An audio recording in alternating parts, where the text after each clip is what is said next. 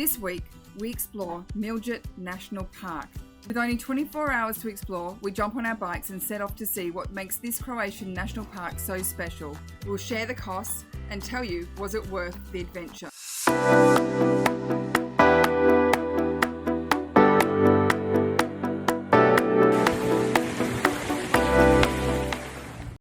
After a few days exploring Dubrovnik, it was time to continue our journey along Croatia's spectacular coastline. Rather than rushing, we took our time, breaking up the passage with small overnight stops in a few of the smaller islands along the way, finally reaching our destination of Mljet National Park. With Seamoon safe and secure, it was time for us to hire some power-assisted bikes to explore the 40 kilometres of cycling trails.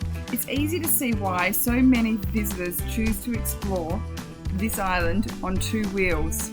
With hills, windy roads and beautiful scenery, it certainly makes for a breathtaking adventure. Well, we're just at the boat dock waiting to cross the big lake to a little island that has a lovely monastery on it. I think it's been operating since Roman times. There's a lot of history in this place, but it's quite beautiful, right? Nice breeze blowing. Look, and being a national park is quite eco-friendly. So the bikes we're riding are electric bikes, which is good because there's lots of hills. So it's very hot. It's like 32 degrees, probably what's that, about 90 degrees Fahrenheit. So yeah, you know, it's quite warm. And it's very hilly too. I wouldn't want to walk it. No, what's the time? It's just coming up to 2 o'clock. So we've probably only ridden like 15, 20 minutes, I guess? Yeah. Yeah, but nice ride down here. We're waiting for the boat, which is also electric. So, new experiences today. Yeah, sounds great. So here comes the monastery into view. I'm going to get off and have a look at it, but yeah, it looks pretty well maintained. Coffee stop.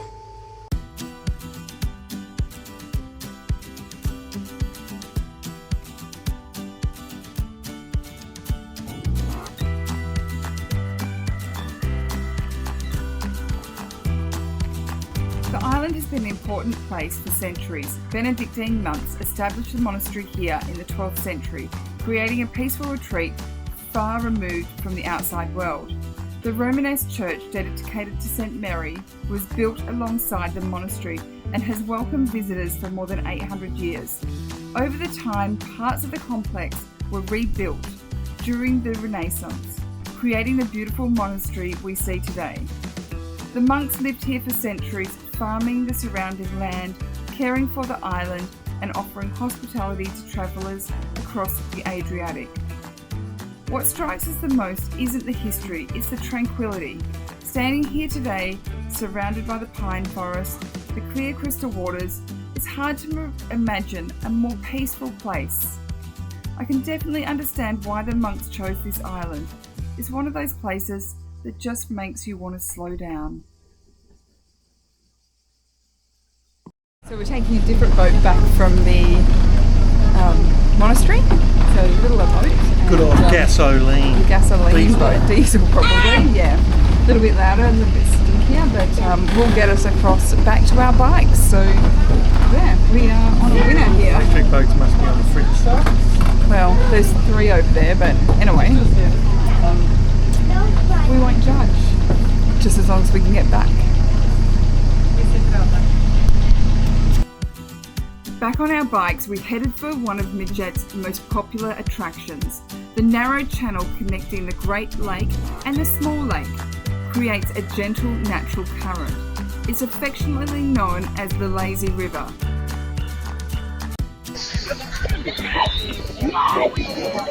Yeah, oh, we're flying now. We're flying from the boat. Yeah.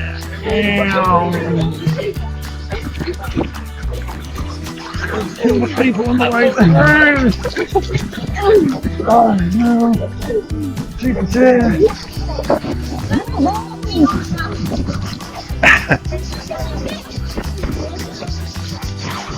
Yeah! And now we're in the small lake. Beautiful bridge. So the water flows over here, but it is a little bit difficult to get the bikes up and down. So I've left mine on the other side, and Scotty will bring that over for me. But yeah, it's not so easy.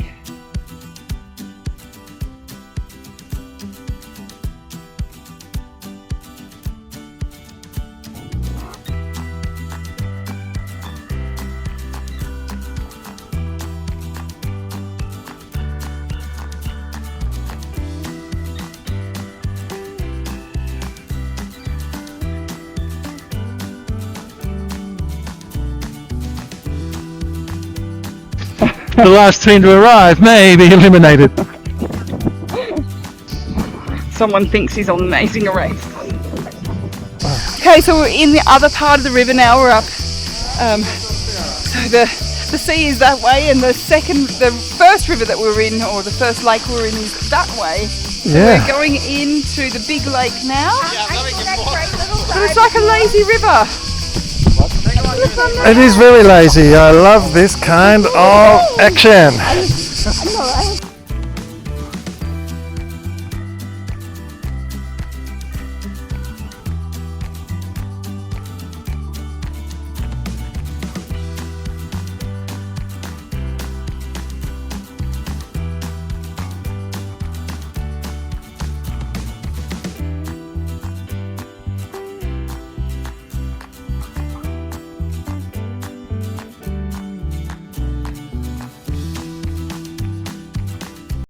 It's date night. Part of the cost, or the cost, for using the dock where Sea Moon is just sitting 20 metres off to my right, is that we need to eat at their restaurant. Not a big ask, given that we're going with the local dish, which is a peka, which is octopus. You can have different lamb or other meats under a bell, cooked in fire for about 4 hours. So we're extremely excited about that. We've got the local wine, we've got bread that's made in a bakery right here, and we've got a magnificent evening and a beautiful view as well. What's not to be happy about? Sorry. Here's the salad. Thank you. Thank you so much. So yeah, it's happy date night, Sandy. What a wonderful cost of a dock this is. Yeah, absolutely. It's a gorgeous view, gorgeous night. We've had a fantastic day riding around, and we'll do some more in the morning, but yeah, beautiful island. So yeah, bon appetit. Bon appetit. Happy date night. So it's about 7:30, 7:45 in the morning, and we have ridden over to Mina, another little seaside town. We're very, very fit with e-bikes. We're very fit with e-bikes, yes. Makes you feel like you're strong. Yeah, we're definitely using them a little bit more this morning, because obviously the legs are a little bit tired. So yeah, so this is Palima, and we're going to continue through the town, and we're going to go and try and find some Cold War stuff, right? Yeah. Some little caves and stuff. So we're going to go a bit off-road, but let's go and try that. Set it to mountain bike assist. Yeah, so we do need to have the bikes back by 12, so hence why we're out so early in the morning, and it's about 25 degrees already, so we want to try and get back before the heat of the day, and then we'll take off around 12 o'clock and head to our next destination. Let's go. We left the sealed road and followed the rough dirt track, past dense pine forest and a beautiful crystal clear bay. Hidden in the hillside, we found the old military complex that many visitors completely miss. Well, we've made it to the end, and we have found a little bit of interesting stuff, so we'll have a look around. I'm not sure if this is Cold War or World War II. Tunnels down there. It's easy to picture soldiers once living and working here, using this complex as accommodation, storage, or a command post during periods of military activity. So we're going down into a tunnel that we've found, which is quite high really. So we're going to go a little way down and see what we can see. And not sure if there's anything that we can see, but Probably bats. Probably bats. So Scotty's got his torch or his light, and we'll see how far we can get in.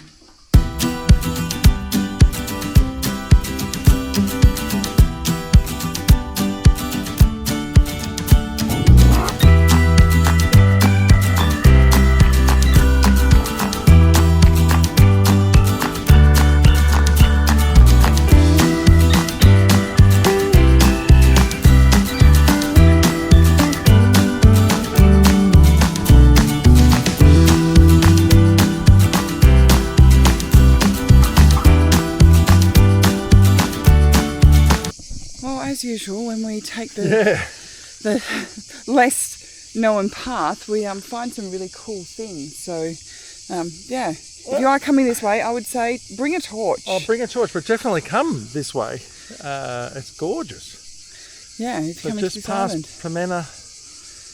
Let's keep going down the track. Going down a dirt road, and this is where you'll come. you get to the end of the peninsula, and this is what's at the end of the peninsula. Probably a big. I think this was Cold War. This is definitely Cold War stuff, or USSR stuff. So. Yeah. But very long ago abandoned, but obviously lots of tourists would come here. This is... Yeah, it's the off the beaten path. It's still a path. Yeah. We're not just a discovery. No. So... No, because if you came here and saw that, you wouldn't go in there. You go, well, I'm not going in there. But was it left, right, left, or was it right, left, left? Okay, well, wish us luck. If you're seeing this video, it means that we have survived and we have found our way back. So, we'll catch you on the other side.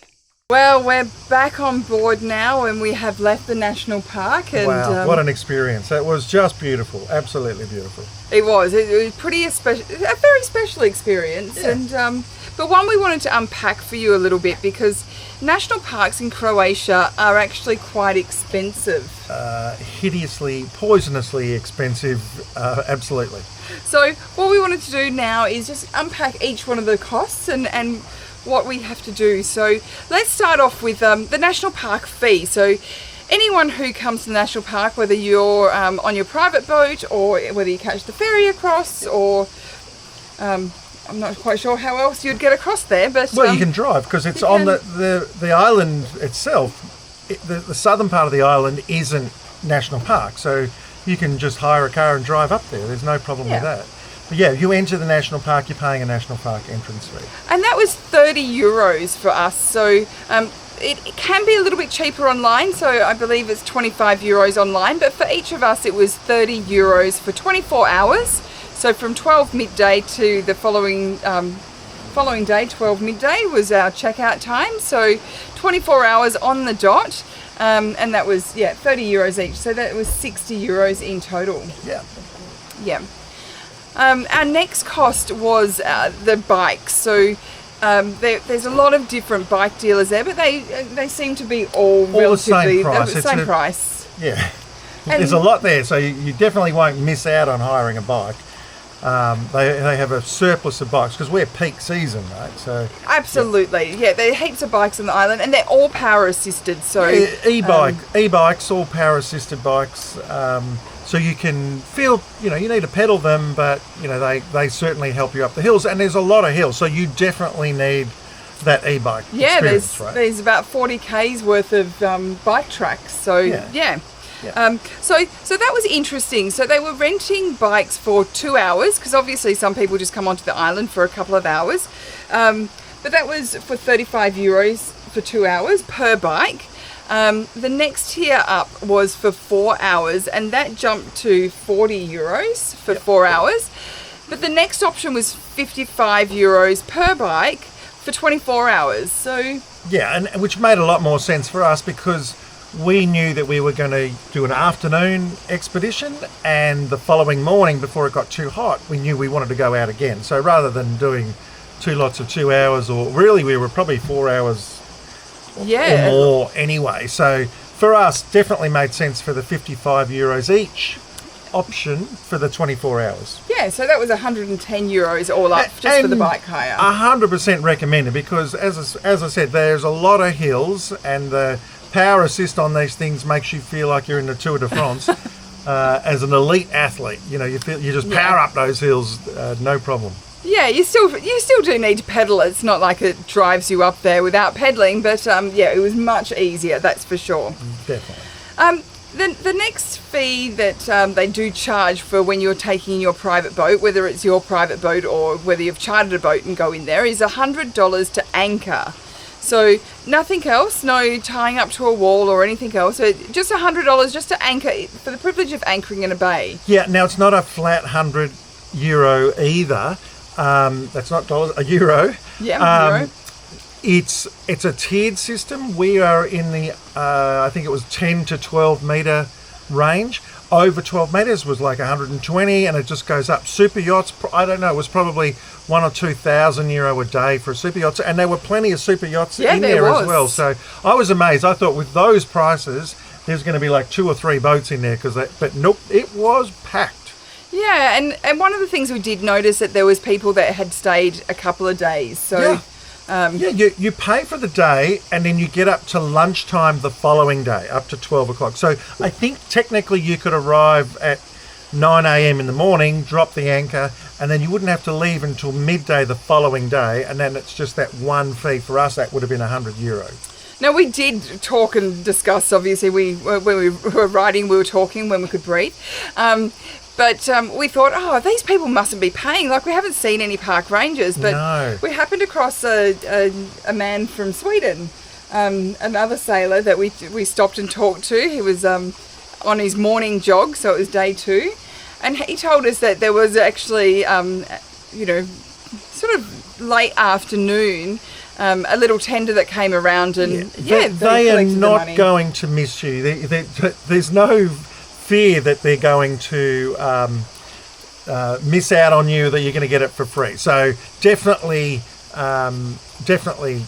is something that you will pay. And you can pay online as well, which is then double guarantees that they get the money, right? So.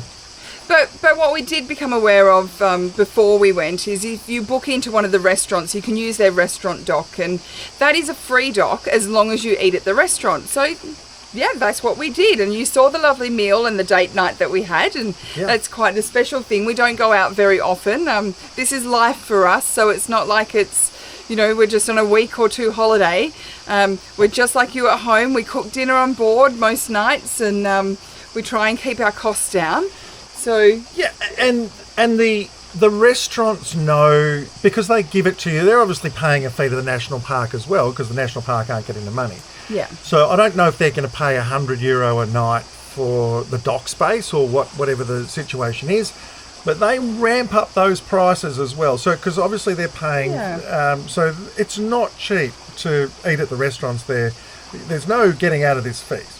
No. So I think our restaurant bill, which was some wine, and you've seen it on the video, the Peka, we had octopus. I think they're all about the same price. Some bread and a small side salad, and that was €135 with tip. Yeah, which realistically was not a bad price, but that's €135. That's a lot when you convert it to Australian dollars. It's it certainly would be more than what we would typically spend on a date night. But hey, we got a dock and entrance to the park for free. Yeah, exactly.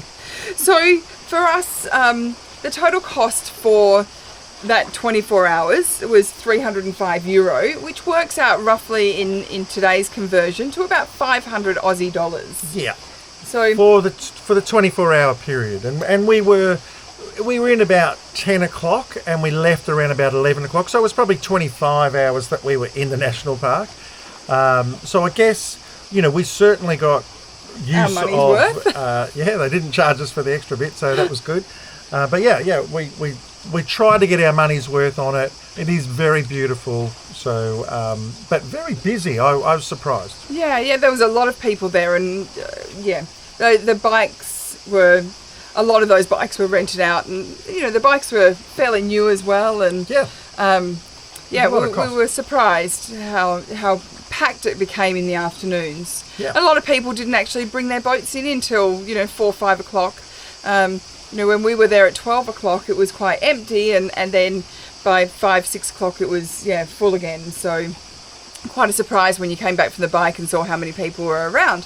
So overall, $500 Aussie for 24 hours. Scotty, you're the accountant in our family, so and we know that Croatia is full of national parks. So a couple of questions for you off the cuff is one: do we think it's value for money compared to other national parks that we've been? No, it certainly isn't. We're from Australia, so our experience, and I've been to a lot of national parks. I don't know if you've been to a lot of national parks. Their cost is nothing like that, and national parks are always pristine and beautiful, and this was no exception. They did have a lot of beautiful things on the park, history, other bits and pieces, but it was a small national park. It's certainly nothing approaches that cost. Also, I've been to national parks in the US, some beautiful national parks, and nothing comes close to the cost that the small Croatian park that we visited comes through. So it was very expensive in national parks. From a cost comparison, from being in Croatia, and would we suggest that you go there if you're in the region? Absolutely. I think it's a lovely place to go and a different experience. I would only choose one national park to go to, though. I wouldn't be going to any more. Which is a real shame, right? Because as we go further north up the Croatian coast, I understand that the topography changes quite a lot. I guess we're going to get into areas that get more rainfall so the trees will be different, and so it's a pity that we can't take advantage of other national parks, but at that cost. They don't want people like us, the full-time cruisers, liveaboard cruisers there. Yeah. They want the charter fleets, the people and the super yachts if you have to ask, you can't afford type of crew. And there's plenty of them in Croatia. There's a lot of very wealthy people here in Croatia that are just sailing around the islands and enjoying it. So why not? And also the other one, the charter market, when they're spending a week on a boat and they know everything is poisonously expensive. They may, you may as well, right? But for us liveaboard, it was hard. We'll only do one. It's such a pity. If I was chartering a boat and we're in the region, I think I'd probably try and do two because it was lovely. It's a lifelong experience. How much do you put on that sort of experience? And that's the way that Sandy justified it to me when I was sort of like ho-humming and going, oh, okay, well, yeah, you know what? We have money set aside for these experiences. We do. So, whether it's taking a gondola in Montenegro or whether it's doing some sort of hire car or experience, we put aside a little bit of money that we have room for these experiences, so we don't have to not eat for a few days just to pay for this. So I'd be cautious of how much it's going to cost you though. Absolutely. So look, if you're around and Mljet is on your radar, then we do recommend you go, and you can afford it, then go, absolutely. Do get the bike for 24 hours. I think that was something that we learnt was get the value for money, because if you're paying that much, it's really not that much more to get the bikes for 24 hours. But live these experiences. You only get one life, so absolutely. You can't take your money with you. Sorry, kids. Yeah. We're going to spend it all. No, we're not. But just be cautious, I guess. If do your research. If there's other national parks that you think may be better suited to you, then maybe you skip Mljet. But we had a great time. Yeah, we definitely did. So thank you again for joining us. If you like this post, please like, subscribe, thumbs up. All your comments do help us be pushed out to the universe, and hopefully more people can see us. So thank you so much. Thanks for joining CMC Moon. And we're not going to bore you with travelogues. We're trying to mix the content up so that you get a lot of variety. But if you don't want the travelogue stuff, then maybe just give it a skip that week. But give us a thumbs up for that. Great. Thank you. Thanks for joining us. Bye. Bye now.